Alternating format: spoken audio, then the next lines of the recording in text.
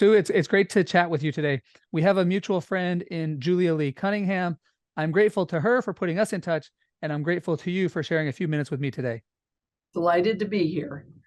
Sue, as you think back on your research, are there 2 to 3 simple, practical, underappreciated lessons you've learned that you'd most like to pass along to others?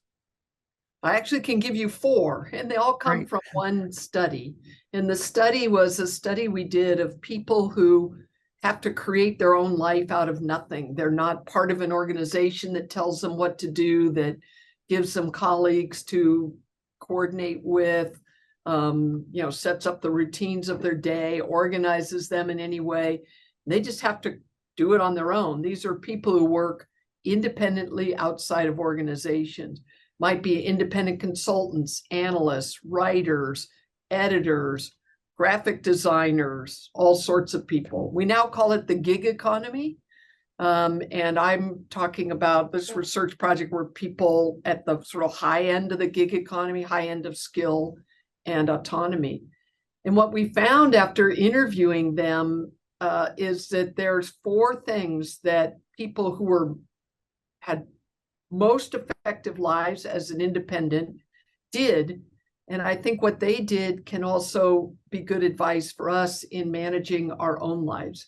So I'll tell you the 4. One was they formed a connection to other people. They made sure that they weren't just working alone. And I think that's a great takeaway for all of us, that there is power in other people, power in connecting to them, power in getting information that they have, seeing their perspective. You literally don't know where your next creative idea will come from, your next path down a particular road that you're on will come from. And it might come from a random person you meet on a random occasion, but there's power in connecting to other people.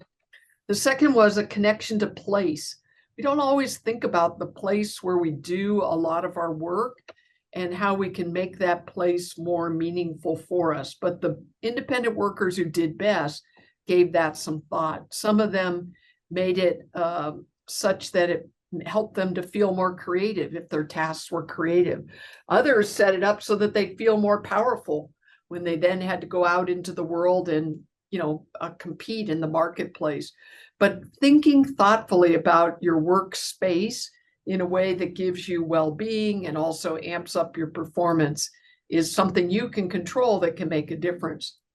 The third was routines, or if you wanted to put it in a P word, it would be practices. But getting routines to work for you and make your life easier. So the people who work independently would often leave a task halfway done at the end of the day. So then when they came in the morning, they could just jump into that easy halfway done task, and then they'd be on their way to a productive day. Some people had ways of getting into work and then out of work and into their home life, certain routines. But the more you can routinize, the better off you can be, because you don't have to think so hard. You don't want to routinize everything because that's not creative, but you can create some routines that help you. And then the final was a connection to purpose. People who had a sense of the why that underlay their work, why they're doing what they're doing, why they're doing the consulting they're doing, why they're making the art they're making, why they're doing the writing they're doing, had a sense that allowed them to decide what clients to take, what clients to ignore, but also gave them a sense of motivation when things got tough. So if you understand the why in your work, whatever your work might be, even if it's in an organization, that can be super helpful to you. So these are lessons I pass on to my kids sometimes. Well, think about that place where you're doing the gig work you're doing. I pass on to other people. Think about, what is the why behind the work that you do? Why does it matter to you? And something I use in my own life. My goal of trying to help people to be maximally effective in their organizational lives has sustained an entire career for me. And when things get tough or I get scared about doing certain things, I think about that underlying purpose, and it helps me to be braver and also feel more motivated. So that's 4 things that I would pass along based on that one study. Oh, these are great. So I've been thinking a lot about frameworks recently. So in consulting, and then even just talking with students when they, ask for help thinking about their career, and rather than, give them a personality test and try to predict or try to tell them, which field to go in, I try to think of what framework would be helpful. So one of those frameworks that I talk about is, autonomy, mastery, and purpose. And I really like this framework, especially because the gig economy is probably not going anywhere in the near term.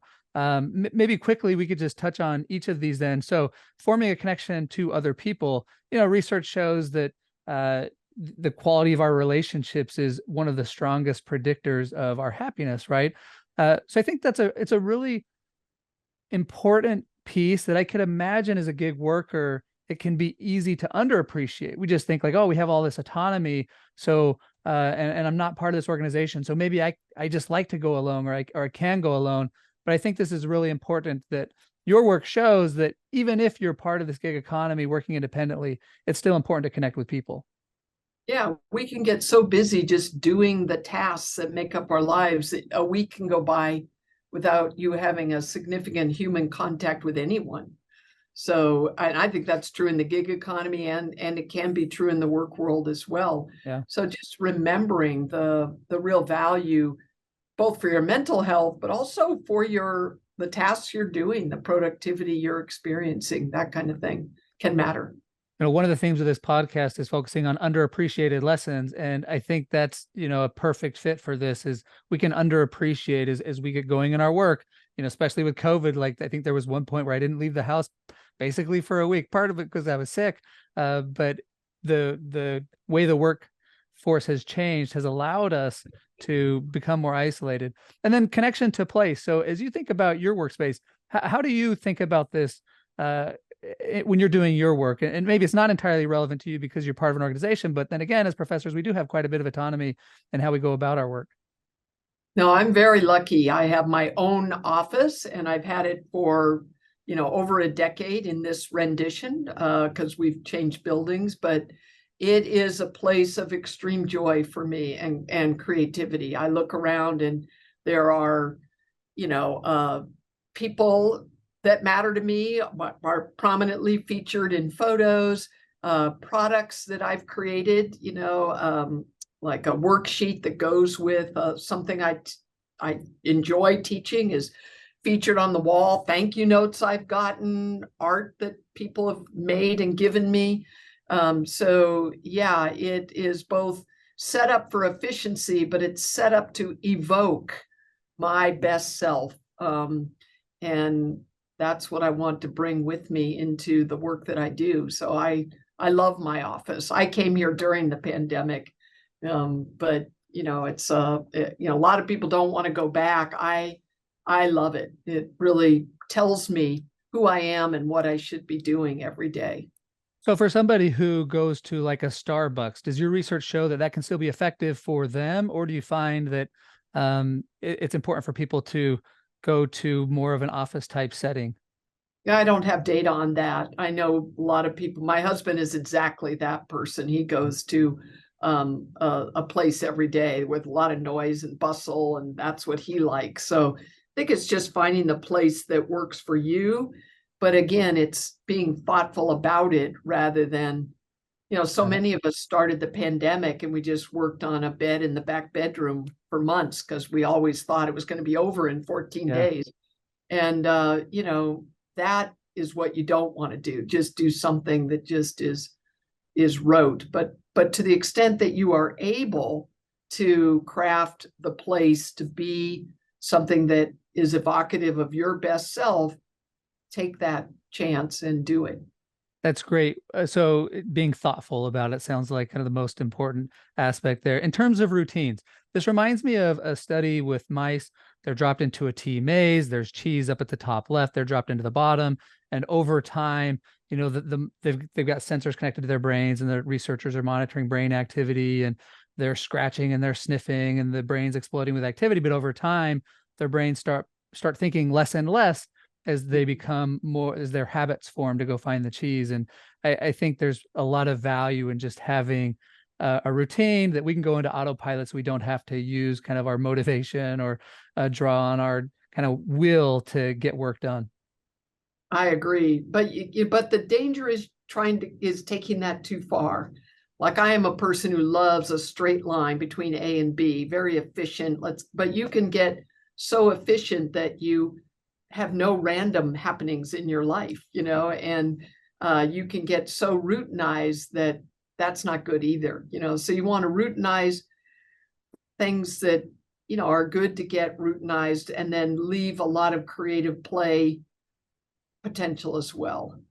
Yeah, great. So finding the right balance there. Well, lastly, then you said connection to purpose. I asked my students in ethics to share what do they want to accomplish in life. And oftentimes there's, a handful that just really want to make a lot of money and retire. And to the degree that they're doing that to create connections and contribute in the world in other ways, maybe that's a great approach. But I think when the approach is just make money, I think long term, that's not the recipe for satisfaction or overall well-being and happiness. That's what we found with these high-end independent workers, that, if you're just out to make money, you take any consulting assignment that comes along, even though you're no longer learning and growing and doing that kind of assignment, or, it's not, you could do so much more. The ones that have identified the difference they want to make, say, in the organizations they're consulting to, are so much more full of life, and they're inspired themselves and they inspire the people around them. And it just seems like life on a higher plane if you can get there. And, as I said, personally, I've just found it's really helped my life to have that sense of purpose. It's not that dramatically different than, I don't do anything that dramatically different than anyone who's a professor who wasn't connected to that sense of purpose. But I think I feel differently Yeah. as I do it. And I'm hoping that I have more impact because of that. Well, Sue, these are awesome lessons. This is a great framework that I look forward to using, applying, sharing with my students, my children. Just want to thank you for coming on today. I will say, when I was in high school, the very first recruiting football letter I got was from Michigan. I applied to Michigan Law School and was admitted, almost attended there, applied for a postdoc at Michigan at Ross, interviewed there. So I've always felt connected to Michigan. They came and played Notre Dame when I was there, and my wife and I were there sitting right next to the band, and we love the Michigan fight song. So thank you for coming on today, and go Blue. You're welcome. My pleasure.